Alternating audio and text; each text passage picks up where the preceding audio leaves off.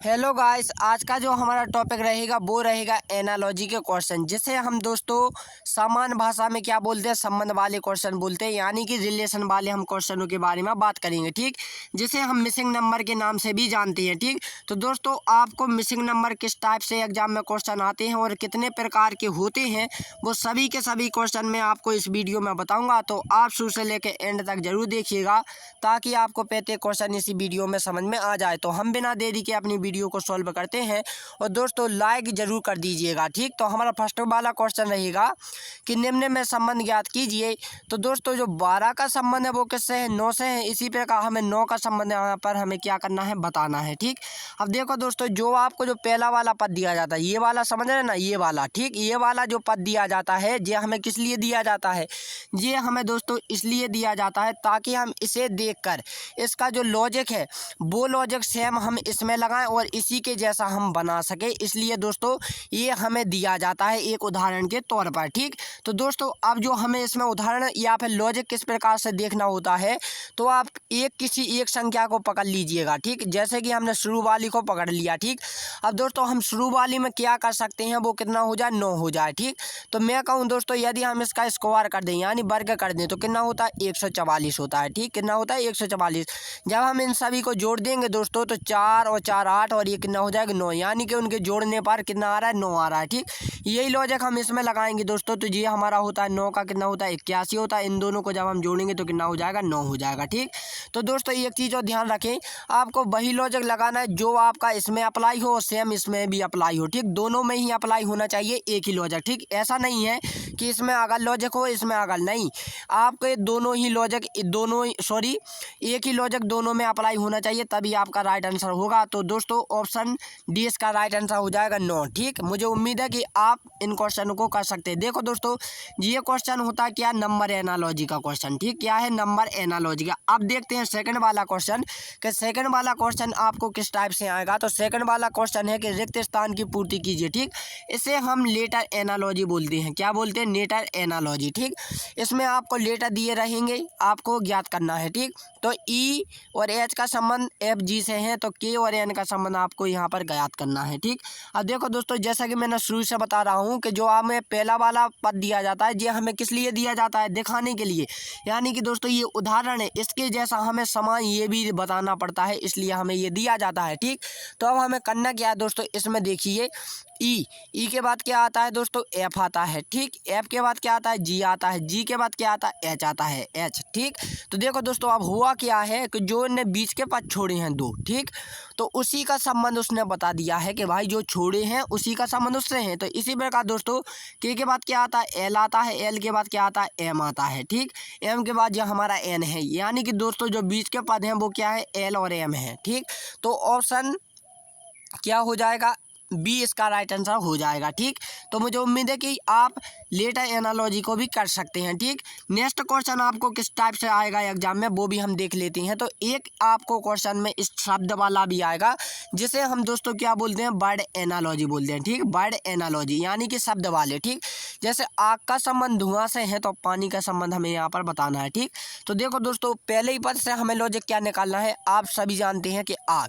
ठीक, आग तो जानते, आग में हाथ डालेंगे तो क्या होगा, हमारा हाथ जल जाएगा। ठीक, कोई भी वस्तु डालेंगे तो वो जल जाएगी। ठीक, पिघल जाएगी, ये हम जानते हैं। तो दोस्तों लेकिन आप ये भी जानते हैं कि जब कहीं पर भी आप आग जलाओगे, ठीक, जैसे कि किसी भी आपने कागज़ जलाया, पेन जलाया, कुछ भी जलाया, लकड़ी जलाई, तो संभव है कि उसमें से दोस्तों क्या निकलता है, धुआं निकलता है। ठीक, इसी प्रकार दोस्तों जो पानी है, तो पानी में हमें बताना है कि क्या निकलेगा, तो हम इसे ऑप्शन से देखते हैं, चाय। तो देखो सभी जानते हैं कि दूध और पानी की चाय बनती है। ठीक, ये भी हमें पता है। प्यास, पानी से प्यास बुझती है, ये भी हमें पता है। ठीक, और उबलना यानी कि जब हम गर्म करेंगे पानी को तो उबलेगा भी। ठीक, लेकिन दोस्तों भाप ये एक नया शब्द आया है, जैसे हम भाप माने दोस्तों क्या होता है, बाष्प होता है। ठीक, क्या होता है, बाष्प। आपने सुना होगा जब पानी को हम गर्म करते हैं तो उसमें से क्या निकलती है, बाष्प निकलती है। ठीक, यानी ऑप्शन डी इसका राइट आंसर हो जाएगा। अब देखो दोस्तों ये पॉइंट भी सही थी, लेकिन दोस्तों हम आपने डी ही सही क्यों किया है? देखो दोस्तों, यहाँ जब आग करते हैं ना दोस्तों, आग में से धुआं निकलना, यानी निकलने की बात बोल रहे हैं, ये निकलना। इसी प्रकार जब हम पानी को गर्म करेंगे तो इसमें से क्या निकलेगा दोस्तों? तो इसमें से आपको संभव है कि वाष्प निकलेगा, यानी पानी भाप के रूप में क्या है, उड़ जाएगा। ठीक, तो इसलिए वाष्प इसका राइट आंसर हो जाएगा ऑप्शन डी, भाप। ठीक, यहाँ पर दोस्तों एक नए शब्द में लिखा है भाप, इसलिए आप ऐसे शब्दों को क्या समझा करें, और दोस्तों आपने ध्यान में भी रखा करें, जब भाप है, वाष्प है। ठीक, तो दोस्तों मेरा थोड़ा गला खराब है, इसलिए दोस्तों आज शायद आपको क्लियर आवाज़ नहीं आ रही हो, तो आप करेक्ट जरूर करते चलिएगा। ठीक, आपको एक क्वेश्चन आपको इस टाइप से भी आ गया, रिक्त स्थान की पूर्ति कीजिए। इसे हम दोस्तों मिक्सड एनालॉजी बोलते हैं। हम मिक्सड एनालॉजी क्यों बोल रहे हैं दोस्तों? तो ये में लेटर भी शामिल है और क्या है, नंबर भी शामिल है, इसलिए हम इसे क्या बोल रहे हैं, मिक्सड एनालॉजी बोल रहे हैं। ठीक दोस्तों, मिक्सड एनालॉजी में हमेशा कोडिंग संख्या काम करती है, इसलिए आपको कोडिंग संख्या ज्ञात होनी चाहिए। ठीक, जैसे कि जेड की होती है दोस्तों 26, ठीक, और ए की होती है कितनी दोस्तों, 1 होती है। ठीक, और डी की होती है कितनी, 4। तो इन सभी को जब हम जोड़ेंगे दोस्तों तो कितना आ जाएगा, 31 आ जाएगा। इसी प्रकार दोस्तों हम इसकी भी वही लगाएंगे, तो जे की होती है कितनी, 10, और ए की होती है 1, और बी की होती है कितनी, 2। ठीक, तो इन सभी को जब हम जोड़ेंगे दोस्तों तो कितना हो जाएगा, 13 हो जाएगा, जो कि ऑप्शन सी में है। तो मुझे उम्मीद है कि आप इन क्वेश्चनों को भी कर सकते हैं। ठीक, अब दोस्तों जो मैं आपको इंपॉर्टेंट क्वेश्चन बताने वाला हूँ वो बहुत ही इंपॉर्टेंट क्वेश्चन है और सबसे सरल भी है। ठीक दोस्तों, अब एक क्वेश्चन आपको इस टाइप से भी आएगा, रिक्त स्थान की पूर्ति कीजिए कि SARTX का संबंध 36, 72, 91 से है, तो SRKH का संबंध हमें यहाँ पर ज्ञात करना है। ठीक, अब दोस्तों इसे हम कोड एनालॉजी बोलते हैं। कोड का मतलब है दोस्तों जैसे कि आप पासवर्ड डालते हैं। ठीक, अब देखो दोस्तों इन दोनों क्वेश्चन में सर्वाधिक बच्चे कंफ्यूज होते हैं, इसलिए मैं आपको डाउट क्लियर कर देता हूं। ठीक, देखो इसमें भी लेटर है और इसमें भी नंबर है, तो हम इसे भी तो मिक्सड एनालॉजी बोल सकते हैं। लेकिन देखो दोस्तों, आपको मैं ये कंफ्यूज आपको दूर करना चाहता हूँ।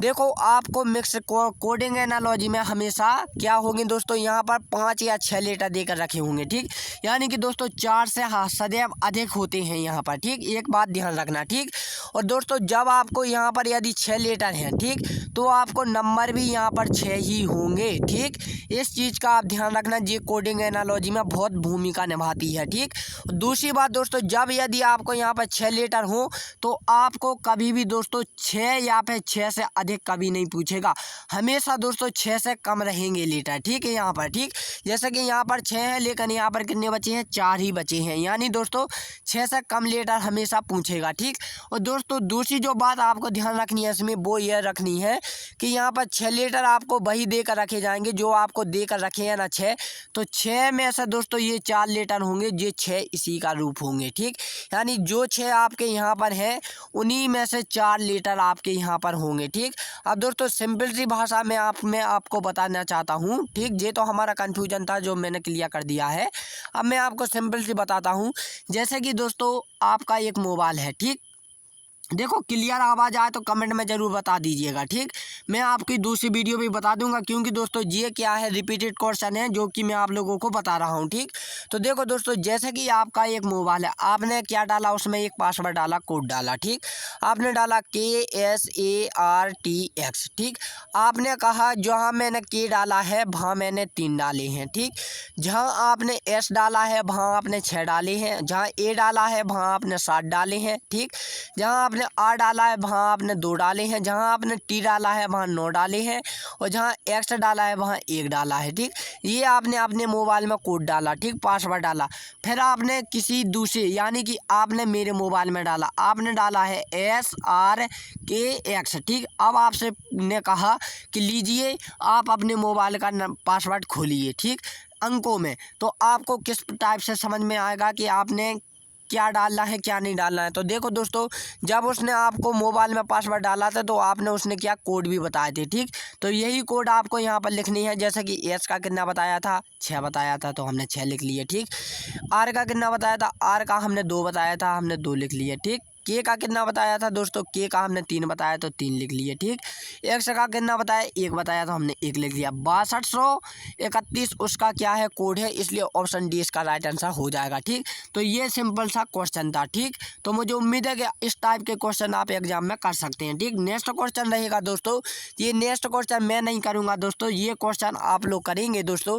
देखो दोस्तों, कई बच्चे ऐसे होते हैं कि बस टिक मार दिया, ये इसका राइट आंसर है, ये इसका राइट आंसर है, ये इसका राइट, ये इसका राइट, बस ऐसा नहीं बताना दोस्तों, इसका लॉजिक सहित आप मुझे कमेंट करके बताएंगे। तो दोस्तों यदि आपको ये वीडियो अच्छी लगी है तो प्लीज़ इस वीडियो को लाइक जरूर कीजिएगा। तो दोस्तों अब हम मिलते हैं अपनी अगली वीडियो में, तब के लिए जय हिंद एंड जय भारत।